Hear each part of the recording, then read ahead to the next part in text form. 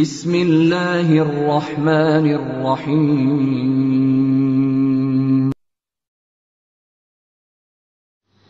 الحمد لله رب العالمين والصلاة والسلام على أشرف الأنبياء والمرسلين نبينا محمد وعلى آله وصحبه أجمعين।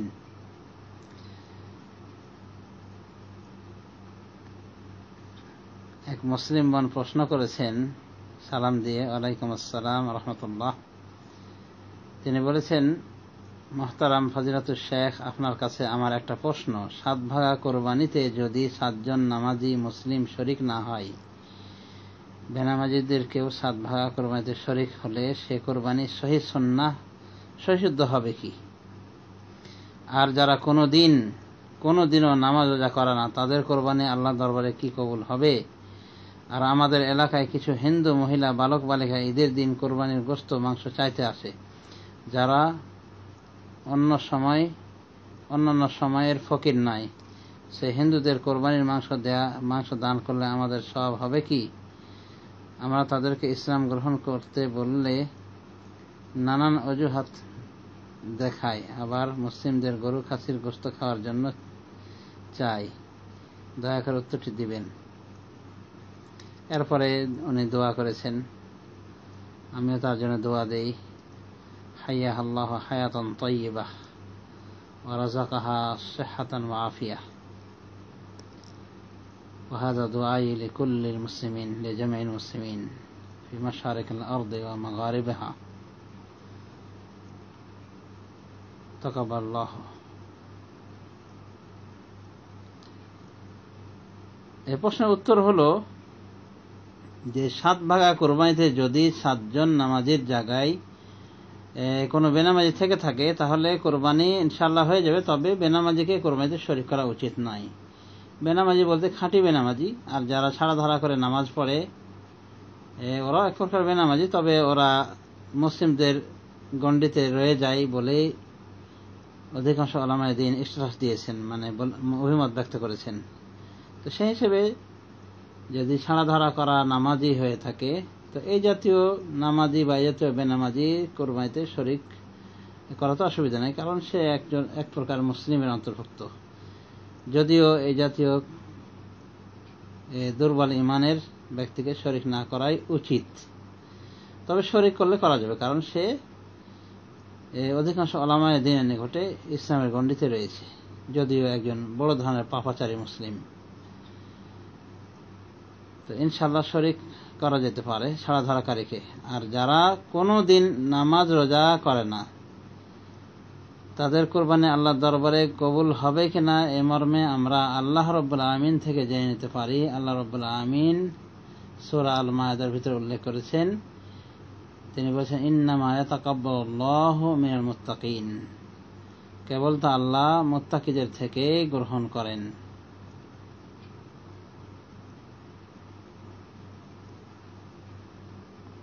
তো এটাই হলো ইসলামিক ল, যে আল্লাহ রাব্বুল আলামিন মুমিন থেকে গ্রহণ করেন, মুত্তাকি থেকে গ্রহণ করেন। আর যারা নিয়মিত নামাজ রোজা পরিত্যাগকারী, এরা মুত্তাকি নয়, বরং এরা ইমানদার নয়, বরং এরা এক প্রকার বেঈমান। যারা টোটালি নামাজ রোজা করে না, এদের মুসলিম থাকার অবকাশ নেই। সুতরাং এদের কোরবানি গ্রহণের প্রশ্নই ওঠে না। অনুরূপে আল্লাহ বলতেছেন সূরা হাজ্জের ভিতরে, লা ইয়ানালুল্লাহা লুহুমুহা ওয়ালা দিমাউহা ওয়ালাকিন ইয়ানালুহু তাকওয়া মিনকুম। আল্লাহর নিকটে এই সমস্ত পশুগুলির মাংস রক্ত কিছুই পৌঁছায় না। ইন্নামা ইয়ানালুহু তাকওয়া মিনকুম, তার নিকটে পৌঁছে থাকে শুধুমাত্র তোমাদের পরহেজগারিতা, তোমাদের তাকওয়াশীলতা, তোমাদের আল্লাহ ভীতি, এটাই শুধু পৌঁছে থাকে। আর যারা মোটেও নামাজ রোজায় নাই, যারা টোটালি নামাজ রোজাকে পরিত্যাগ করেছে, এদের ভিতরে ইমানদারিতা নাই, তাকওয়া পরহেজগার নাই, আমরা বুঝতে পেরেছি। কাজেই কি তাকওয়া আল্লাহ তাদের থেকে গ্রহণ করবেন? বিশেষ করে যে খাঁটি বেনামাজি, সে খাঁটি কাফের বলে অনেক উলামায়ে দ্বীন অভিমত ব্যক্ত করেছেন। এই জাতীয় বেনামাজিকে, এমনকি এক ওয়াক্ত নামাজ পরিত্যাগকারীকেও ইমাম আহমদ বিন হাম্বল বলেন যে এ মুরতাদ কাফের, হত্যাযোগ্য অপরাধী, মুরতাদ কাফের। সেখানে যে খাঁটি বেনামাজি, মানে কোনো দিনই নামাজ পড়েনি, কোনোদিন কোনো বছরই রোজা রাখিনি, কোনো মাসেই রোজা থাকিনি, রমজানের কোনো মাসেই রোজা থাকিনি, তাহলে এই জাতীয় ব্যক্তি বড় ধরনের পাপাচারী। আর বিশেষ করে নামাজ পরিত্যাগ করার কারণে এভাবে নিয়মিত সে এক প্রকার খাঁটি বেনামাজি হওয়ার কারণে খাঁটি কাফের বলা যেতে পারে। সুতরাং এই সমস্ত খাঁটি বেনামাজ, খাঁটি বেরোজাদারদের রোজা কুরবানি বিতর্কিত, বুঝতেই পারা যাচ্ছে। এদের কুরবানি দেওয়া আর ওই হিন্দু বিধর্মীদের কুরবানি দেওয়া প্রায় কাছাকাছি। আর একটা প্রশ্ন করেছেন মুসলিম বোন, যে আমাদের এলাকায় কিছু হিন্দু মহিলা বালক বালিকা ঈদের দিন কোরবানির গোশত মাংস চাইতে আসে। হ্যাঁ, এমনটি হতে পারে। আমাদের এলাকাতেও এরকম হয় যে হিন্দু বালক বালিকা, এমনকি অনেক সময় বৃদ্ধা নারী পুরুষও এসে থাকে। তো কোরবানির গোশত দেওয়া যাবে, কোরবানির গোশত হিন্দুদেরকেও দেওয়া যাবে, দেওয়া যাবে না এমন কথা নাই। এখন সওয়াবের বিষয় হলো যে এটা আম সাদকা হিসেবে এটা দেওয়া যেতে পারে। জাকাতের বিষয়টা শুধুমাত্র বিধর্মীকে দেওয়া যায় না জাকাত, কারণ জাকাতের যে 8টি খাত বলা হয়েছে, 8টি খাতের মধ্যে এই অমুসলিমকে ধরা হয়নি। বিল ইজমা যে জাকাতের হকদার নন মুসলিম নয়, তবে একমাত্র ওই নন মুসলিম হতে পারে যে নন মুসলিমকে, যে অমুসলিমকে, যে বিধর্মীকে ইসলামের প্রতি আকৃষ্ট করা হচ্ছে, মানে তার আগে থেকে ইসলামের প্রতি দুর্বলতা রয়েছে, ইসলামের প্রতি তার সুধারণা রয়েছে, আকর্ষণ রয়েছে, এবং আশা করা যায় যে তাকে আর্থিক সাহায্য সহায়তা করলে সে মুসলিম হয়ে যাবে। এরকম ইসলামের প্রতি সুধারণা রাখা ব্যক্তিকে জাকাতের অর্থ দেয়া যাবে মর্মে আল্লাহ রাব্বুল আলামিন স্বয়ং নিজেই বলেছেন এই সূরা আত-তাওবার 60 নম্বর আয়াতে, যেটাকে বলা হয় ইন্নামা সাদাকাতু লিল ফুকারা ওয়াল মাসাকিন ওয়াল আমিলিনা আলাইহা ওয়াল মুআল্লাফাতি কুলুবুহুম। তো ওয়াল মুআল্লাফাতি কুলুবুহুম অর্থাৎ যাদের হৃদয়কে আকৃষ্ট করা হয় ইসলামের প্রতি, তো এই জাতীয় নন মুসলিমকে, বিধর্মীকে দেওয়া যেতে পারে জাকাতের অর্থ থেকে। তাছাড়া জাকাতের অর্থ বিধর্মীকে দেওয়ার নিয়ম নাই, কিন্তু এই কোরবানির গোশত বিধর্মীকে দেওয়া যেতে পারে। সালাফে সালেহিন থেকে আমার যতটুকু মনে হচ্ছে যে এরকম ফতোয়া আছে, বিধর্মীকে দেওয়া যেতে পারে, বড় বড় ইমামদের ফতোয়া রয়েছে। তো কোরবানির গোশত তাদেরকে দেওয়া যেতে পারে, যদিও বেশি হকদার হলো মুসলিম ভাইরা, কারণ রাসূলুল্লাহ সাল্লাল্লাহু আলাইহি ওয়াসাল্লাম একখানা সহিহ হাদিসের ভিতরে বলেন, লা তুসাহিব ইল্লা মুমিনান, তুমি মুমিন ছাড়া অন্য কাউকে সাথী হিসেবে গ্রহণ করবে না। ওয়ালা ইয়াকুল তাআমাকা ইল্লা তাকী, আর তোমার খাদ্য যেন মুত্তাকি ছাড়া আর কেউ না খায়। তো যারা নন মুসলিম তারা তো মুত্তাকি নয়, তারা অবশ্যই মুত্তাকি নয়, মানে ন্যূনতম তাকওয়া তাদের ভিতর নাই, থাকলে তো তারা মুসলিম হয়ে যেত। তো এই হিসেবে তাদেরকে মানে দেওয়া থেকে মুসলিমদের দেওয়া বেশি সওয়াবের কাজ। কিন্তু তারা যেহেতু সাইল হিসেবে এসেছে, ভিক্ষুক হিসেবে এসেছে, অতএব ভিক্ষুককে দেওয়া যায়। ভিক্ষুককে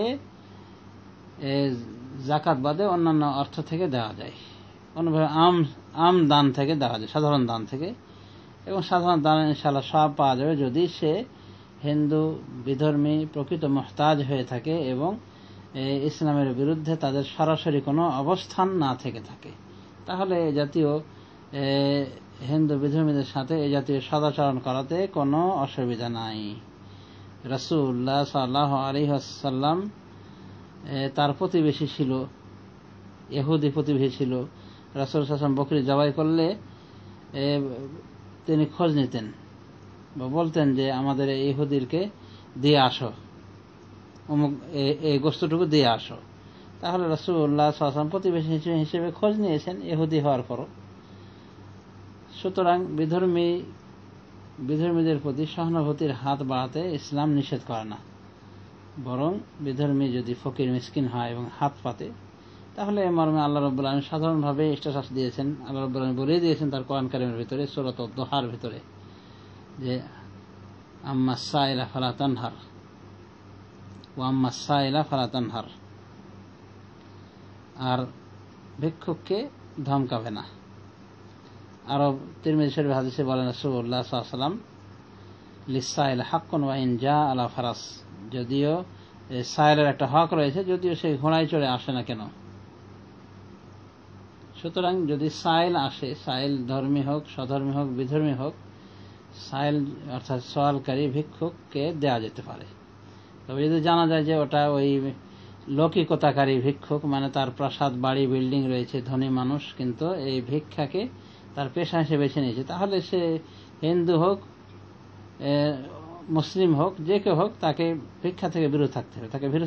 তাকে ভিক্ষা দেওয়া ওই অবস্থায় মানে তাকে খারাপ কাজে সহযোগিতা করা, তাকে সীমালঙ্ঘনের কাজে সহযোগিতা করা, পাপের কাজে সহযোগিতা করা। আর ইসলামিক ল হলো ওয়াতাআওয়ানু আলাল বিররি ওয়াত তাকওয়া, তোমরা সাহায্য করো একে অপরকে নেকির কাজে এবং তাকওয়ার কাজে। ওয়ালা তাআওয়ানু আলাল ইসমি ওয়াল উদওয়ান, কিন্তু একে অপরকে তোমরা সাহায্য করবে না গুনাহের কাজে এবং সীমালঙ্ঘনের কাজে। তো আশা করি বুঝতে পেরেছেন যে কোরবানির গোশত নন মুসলিমকে দেওয়াতে অসুবিধা নেই যদি তারা ভিক্ষুক হয়ে আসে। কোনোভাবে যদি প্রতিবেশী হয়ে থাকে তাহলে তাদেরকে দেওয়া যাবে। অনুভাবে যদি কাফের হয় এবং প্রতিবেশী হয় তাহলে তার হক প্রতিবেশী হিসেবে অবশ্যই থাকে, প্রতিবেশী হিসেবে, এবং আত্মীয় যদি হয় তাহলে দুটা হক থাকে। এক কথায় যদি নন মুসলিম প্রতিবেশী হয় তাহলে তার একটা হক রয়েছে, সেটা হলো প্রতিবেশী হওয়ার হক। আর যদি নন মুসলিম নিজের আত্মীয় হয় তাহলে আর দুটা হক রয়েছে, একটা আত্মীয়তার হক, একটা প্রতিবেশী হওয়ার হক। আর যদি প্রতিবেশী মুসলিম হয় এবং আত্মীয় হয় তাহলে তার তিনটা হক, মুসলিম হিসেবে হক রয়েছে তার, আরটা হলো প্রতিবেশী হিসেবে, আরটা আত্মীয় হিসেবে, তিনটা হক রয়েছে।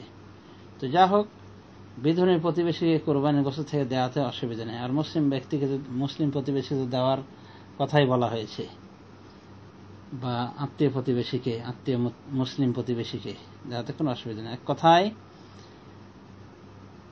লাস্ট ফিনিশিং হিসেবে আমরা বলতে পারি যে এই মুসলিম মন যে প্রশ্নগুলি করেছেন, এই প্রশ্নগুলির উত্তর হলো এই যে 7 ভাগা কোরবানিতে যদি কোনো বেনামাজি, খাঁটি বেনামাজি শরিক হয় তো এটা উচিত নয়। এরপরে যদি শরিক করে নেওয়া হয় তাহলে কোরবানি হয়ে যাবে বটে, কিন্তু খাঁটি বেনামাজি এক প্রকার কাফের, তো ওই কাফের গোশত খাওয়া হবে, মানে গোশত খাওয়া হবে, কিন্তু বাকিদের ইনশাআল্লাহ কোরবানি তবুও হয়ে যাবে ইনশাআল্লাহ। যদিও এ জাতীয় বেনামাজিকে শরিক করা উচিত নয়। আর ছাড়া ধরা করা নামাজি যদি থেকে থাকে, ছাড়া ধরা করা নামাজি কোরবানিতে শরিক হয়ে থাকে, তাহলে ইনশাআল্লাহ এটাও বৈধ রয়েছে।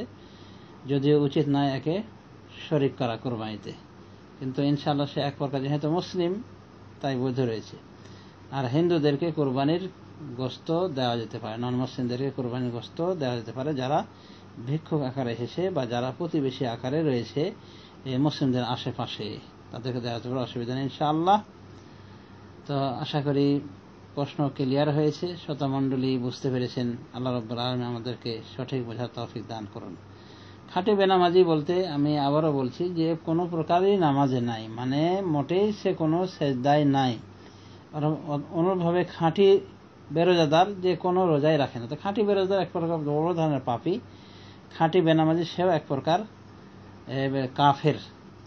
যদিও কিছু কিছু ইসলামিক স্কলার তাকে কলেমার গুণে মুসলিমের ভিতরে গণ্য করে থাকে, তবে অনেক মুহাক্কিক আলেম বলেন যে না, এই জাতীয় ব্যক্তির ইসলামে থাকার কোনো নাই, অবকাশ নেই। তো যা হোক, এই জাতীয় বিতর্কিত কোনো ব্যক্তিকে নেওয়া উচিত নয় কোরবানির ক্ষেত্রে, কোরবানির শরিক হিসেবে। আর শরিক কোরবানি 7 ভাগে এটা বৈধ রয়েছে, আপনারা জানতে পেরেছেন আশা করি। কাজেই যারা বলে শরিক কোরবানি সফরের সাথে খাস, সফর ছাড়া চলবে না, এদের কথা দ্বারা বিভ্রান্তিত হবেন না। এদের কথা শোনা মানে কি, মানে আরো অন্যান্য সহিহ হাদিসকে বাদ দেওয়া এবং সালাফে সালেহিনের আকীদা আমলকে বাদ দেওয়া, ফতোয়াকে পরিহার করা, অনুভাবে বিজ্ঞ ওলামায়ে কেরামের ফতোয়াকে বাদ দিয়ে এই চুনাফুটি মার্কা বা ছোটখাটো আলেমের অনুসরণ করা, যেটা প্রকৃত অর্থে দুর্ভাগ্যতা। ভালো আলেম পরিত্যাগ করে ওই জয়ীফ আলেম, দুর্বল আলেম বা কম এলেমের আলেমের অনুসরণ করা, যেটা আদৌ উচিত নয়। তো যা হোক, 7 ভাগে কোরবানি দেওয়া রাসূলুল্লাহ সাল্লাল্লাহু আলাইহি ওয়াসাল্লামের হাদিস দ্বারা প্রমাণিত, সাহাবায়ের আমল এবং ফতোয়া দ্বারা প্রমাণিত।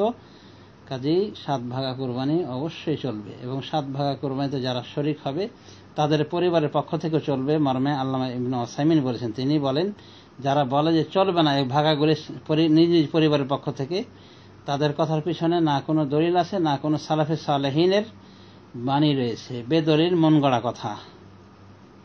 সুতরাং 7 ভাগের প্রত্যেকটি ভাগ পরিবারের পক্ষ থেকেও যথেষ্ট হবে, যেমন একটি বকরি ছাগল যথেষ্ট হয়ে যায়। আল্লামা ইবনে উসাইমিন এভাবে বলেছেন, সৌদি আরব লাজনা দায়েমা এভাবে বলেছেন তাদের লেটেস্ট ফতোয়ায়। সুতরাং ছোটখাটো মুফতির কথায় বিভ্রান্তিত হবেন না, ইনশাআল্লাহ কোরবানি 7 ভাগে হয়ে যাবে, সফরের অবস্থায় হোক মুকিম অবস্থায় হোক। যারা সফর করে ওদের জ্ঞানের পরিধি অনেক কম, আল্লাহ হেদায়েত করেন ওদেরকে এবং এই ভুল থেকে উত্তীর্ণ হওয়ার তৌফিক দান করুন। কারণ এই জাতীয় ভুলে থাকা মানে কি বাতিলে থাকা।